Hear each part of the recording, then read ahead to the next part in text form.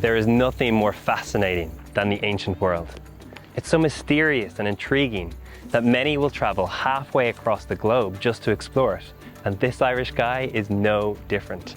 We are curious to find out the truth about these vanished communities, like the ancient Greeks and the Romans, and most famous of all, the pharaohs of Egypt. Although they are gone, their stories and their relics still remain, and their stories will continue to be told as long as humans are on the earth. What rivals their fame is an ancient figure who is still being investigated by millions of people today, Jesus Christ.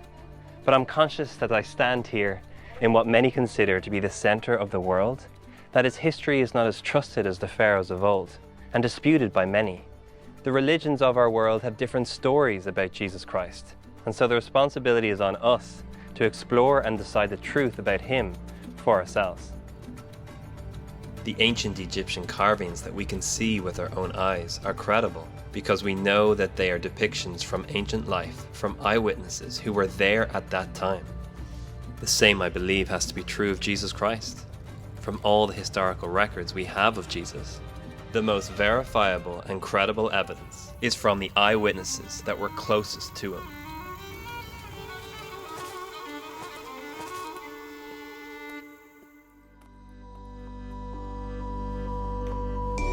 I think the Egyptian eyewitnesses are similar to the eyewitnesses of Jesus because they never would have thought that their accounts would be investigated by millions, or that 2,000 years later, that their accounts would still be read and become part of the best-selling book of all time.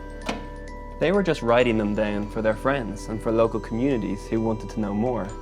And these short books are known as the Gospels, which just means good news, and they're written by 4 people: Matthew, Mark, Luke, and John.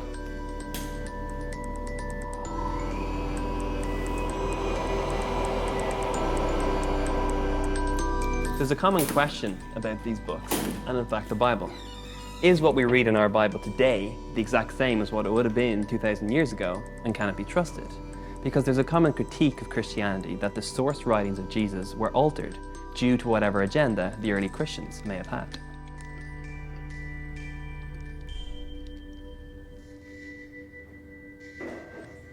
So can we trust them?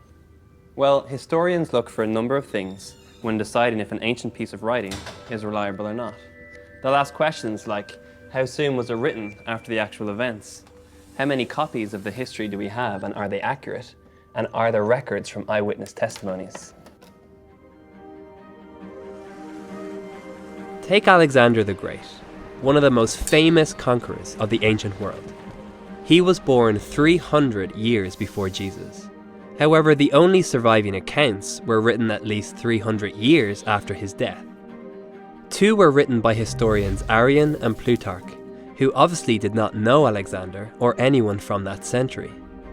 But despite the time gap, we generally accept their histories as the most reliable sources on him, because none of the original accounts, written while he lived, have survived. We've all heard of the Roman Emperor Julius Caesar, born July 100 BC. But the interesting thing is that in the 1,000 years after his death, we know of only 20 copies of the account of his life. Despite the tiny amount of information we have available to us, we take these accounts as history. And to be clear, I'm not saying that these accounts shouldn't be taken seriously. And here's the interesting thing.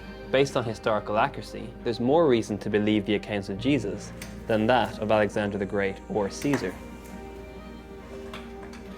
The original documents were written down just after Jesus' life, some within just 30 years, and there were still eyewitnesses around who could confirm the details.